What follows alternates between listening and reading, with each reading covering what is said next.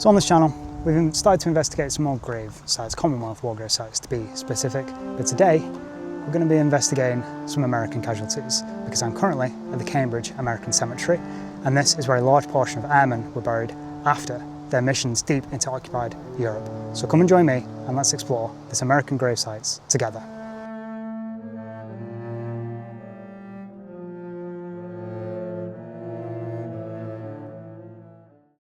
Yes, hello and welcome back to the Echoes from the Past YouTube channel. Like I said in the intro, you join me here in Cambridge, just outside of Cambridge, actually, at the Madingley American Cemetery.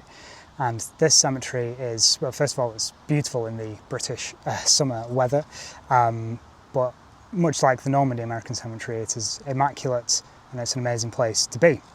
There's some history behind the site itself. It's actually 30.5 acres in total, and it was actually donated by the University of Cambridge in December of 1943. So the University of Cambridge, if you don't know, very historic university here in England, in the UK. Have to be very, very clever to go there. But the cemetery was laid out in 1944 and was dedicated in 1956, so quite a while after the war, but obviously had to get things in order. You know, a lot to organise. The cemetery itself contains the remains of 3,811 of the American war dead, and there's actually 5,127 names on the wall of the missing, which is just a massive structure that we will go over and investigate one of the names of in a moment. So many of the people who are interned at the cemetery were crew members of British-based American aircraft, so B-17s, B-24s, P-51s, P-47s, who fought in the skies over Europe during the strategic bombing campaign. So yes, think of Masters of the Air series again, you know, B-17s flying deep into France, Belgium, Netherlands, and then Germany. So unfortunately, there was a large proportion of American servicemen who lost their lives in that campaign, and British as well, but today's focus is the Americans. There's a really nice line that I found whilst researching that says, "The Cambridge American Cemetery stands as a lasting tribute to the sacrifices made and the enduring partnership between the US and the UK." And I think that's still super important today and super relevant, you know, with the way the world is now. I don't want to get too much into that, but I think this is a place that we can learn from that. We can take from that, you know, and go, look, this happened in the past, let's not let the sacrifice of our forebears go by the wayside, let's come back together for the common cause and the common good.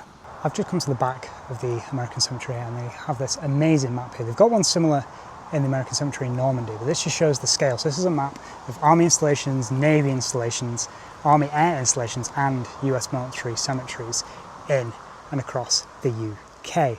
And they are spread far and wide, and this just shows how much went into the success of us winning the war. And it also, it's a really nice touch as well, shows the coast of Normandy as well there with Cherbourg, Saint-Mary-Église and Caen. That's an amazing touch. This is amazing to see. So a nice little bit of war infrastructure here at the American Cemetery.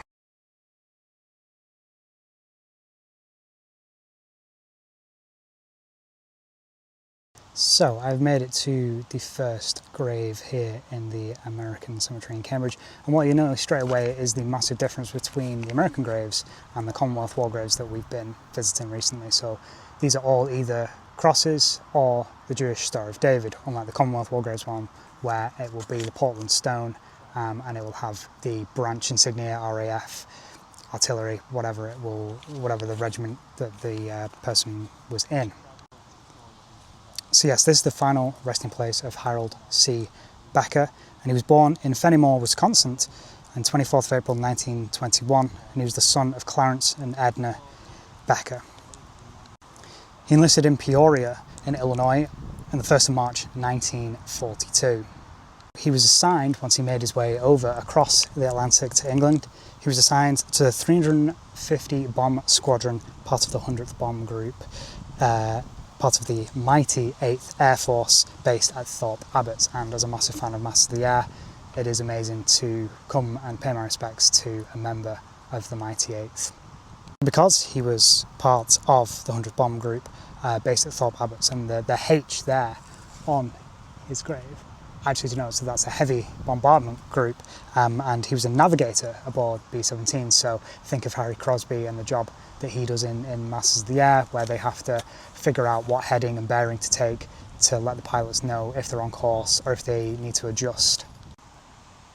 While he was still in the States, though, he was commissioned a second lieutenant at Hondo Army Airfield in Texas on the 3rd of June 1943, but eventually rose to first lieutenant, as it says there on his grave.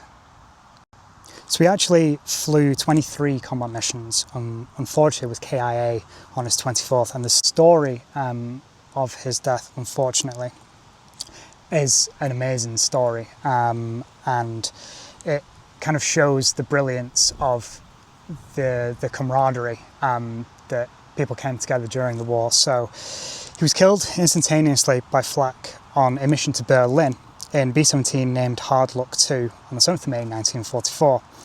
And obviously, this being Berlin, it was heavily defended, massive amounts of flak, to deter incoming Allied fighters and bombers.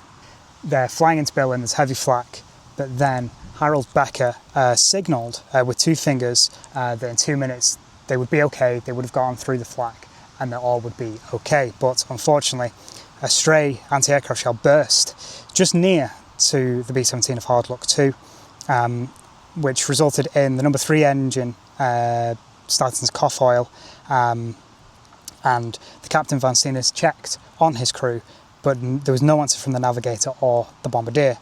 So therefore, what happened next was the turret gunner went to aid of the Navigator and found him slumped over the maps, and that was unfortunately the end for Harold C. Becker.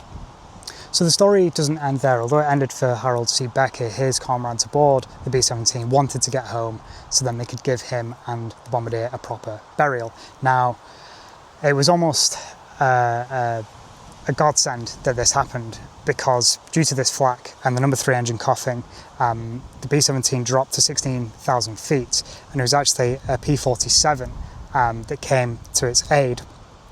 So this P-47 started to circle the B-17 and actually radioed, and the message was, P-47, it's a big friend in trouble, came a call over the fighter channel.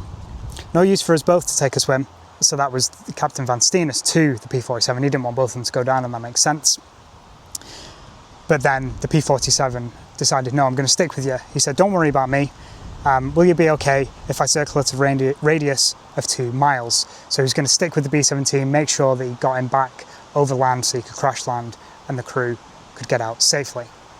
And then after this incident, Captain Vance Jr was actually very, very grateful, obviously, as you would be. And he said, we soon would have been floundering around the North Sea.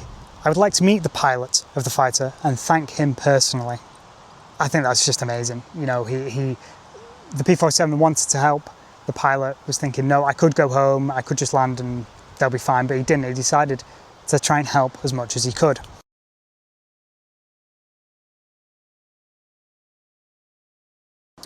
So I've just come away from where the gravestones are, and we've come to the wall of the missing. And like I said in the intro, there's over 5,000 names on this wall of the missing, and it stretches all the way down towards the entrance of the cemetery. And these are, unfortunately, as it says on the tin, the people who couldn't be found, their remains couldn't be found, but they wanted a place to commemorate them, so this was erected. And there's something very similar at the Normandy American Cemetery as well. So let's investigate one name from the wall of the missing. And here we are. We found the individual that I want to talk about on the wall of the missing here. So this is Leon Vance Jr. and he's in gold there because he was actually awarded the Medal of Honor, which is America's highest battle honor. So let's dive into his story. It's an amazing story.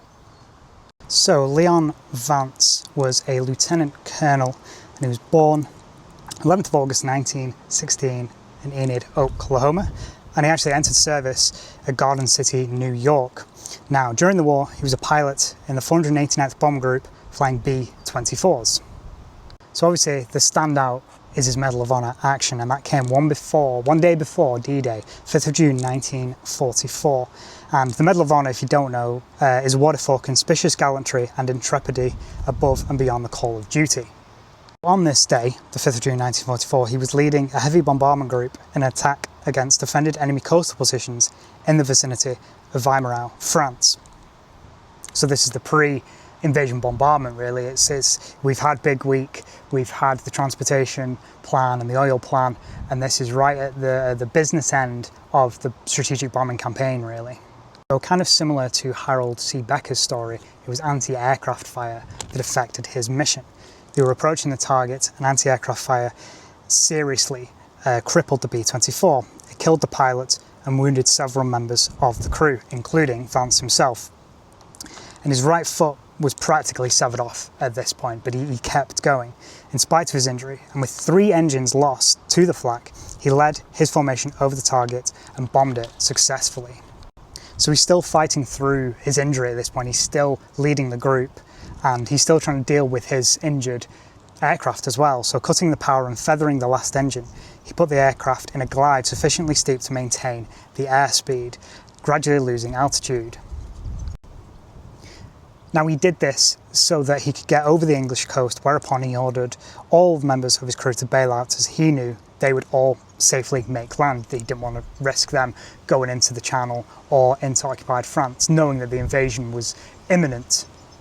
But unfortunately, he received a message over the intercom and then believed that one of the members of his crew couldn't or wouldn't be able to bail out.